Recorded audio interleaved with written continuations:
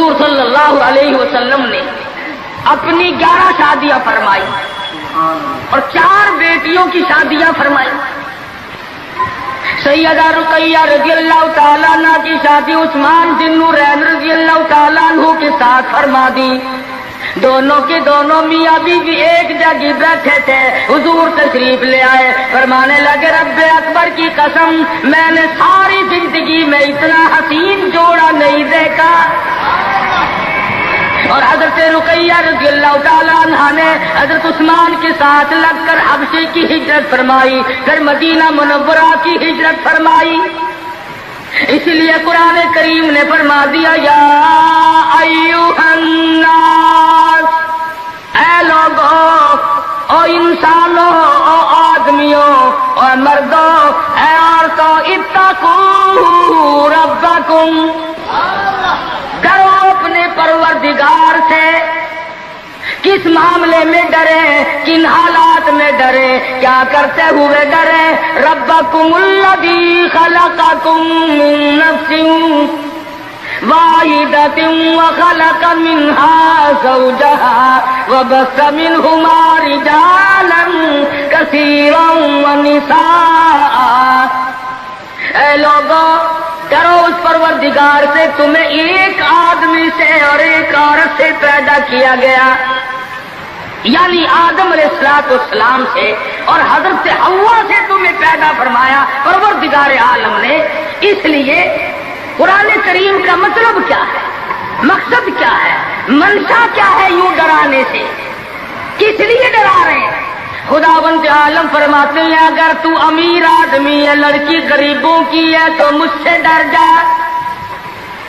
یہ عیب نہ بنا کہ لڑکی غریب کی ہے, میں امیر ہوں, کیوں؟ میں وہ بے نیاز ہوں, شام کو سوئے لکھا پتی, صبح کو اٹھے تو ٹکڑوں کا محتاج. میں ایسا بھی کر دیتا ہوں, شام کو سوئے بادشاہ, صبح کو اٹھے تو جیل کی کوٹڑی میں پڑا. میں ایسا بھی کر دیتا ہوں کہ کروڑوں کا مالک ہے, اگر موت آ گئی تو کفن چندے کا پڑ رہا. فرمایا لڑکی والوں کو یہ حق نہیں کہ وہ لڑکے کے بارے میں یہ کہیں کہ یہ تو غریب ہے, ہم اس کو کیسے دیں. آؤ پھر قرآن کریم سے پوچھ لیں, ہم مسلمان ہیں, ہمارا قرآن پہ ایمان ہے, محمد عربی صلی اللہ علیہ وسلم کے فرمان پہ ہم سب کا ایمان ہے. آؤ قرآن سے پوچھے کہ لڑکا لڑکی کی جب شادی کرنے کی نوبت آئے تو کیا دیکھنا چاہیے, کیا ڈھونڈنا چاہیے, کیا تلاش کرنا چاہیے. قرآن کریم سے ہم نے پوچھا کیا بنگلہ دیکھے, فرمایا نہیں. آج بنگلے والا کل کو قبر میں ہو سکتا ہے, آج بنگلے والا کل کو فٹ پاتھ پہ سو کر کے وقت کاٹنے والا بن سکتا ہے. کوٹھی والا تلاش کرے, فرمایا نہیں. کوئی اونچی ملازمت والا, اونچی پوسٹ والا لڑکا تلاش کرے, فرمایا نہیں. زیادہ لکھا پڑھا دیکھے, فرمایا نہیں. دھن دولت والا دیکھے, نہیں. کاروبار والا تلاش کرے, فرمایا نہیں. لڑکی بھی اسی طرح سے مالدار کی تلاش کرے, فرمایا نہیں. دولت مندوں کی تلاش کرے, نہیں. پھر اے اللہ کے قرآن تو ہمیں بتا, ہم کیا معلوم کریں, کیا دیکھیں, کیا سنبھالیں, کس چیز کی تلاش کریں. فرمایا وَلَا تَنكِحُوا الْمُشْرِكَاتِ حَتَّىٰ يُؤْمِنَّ. نعرہ تکبیر. فرمایا لوگوں اگر مجھ خدا سے پوچھتے ہو, میرے قرآن سے پوچھتے ہو, میرے نبی سے پوچھتے ہو, تو میں تو تمہیں ایک پہچان بتاؤں گا, ایک واقعہ بتاؤں گا, ایک نظریہ بتاؤں گا, ایک کیفیت بتاؤں گا. تمہیں سب سے پہلے یہ دیکھنا پڑے گا وَلَا تَنكِحُوا الْمُشْرِكَاتِ حَتَّىٰ يُؤْمِنَّ. اگر لڑکی مشرکہ ہے, شرک کرتی ہے, الہ العالمین شرک تو کرتی ہے مگر مالدار بڑی ہے. اے پروردگار عالم شرک تو کرتی ہے لیکن خوبصورت بڑی ہے. فرمایا وَلَأَمَةٌ مُؤْمِنَةٌ خَيْرٌ مِّن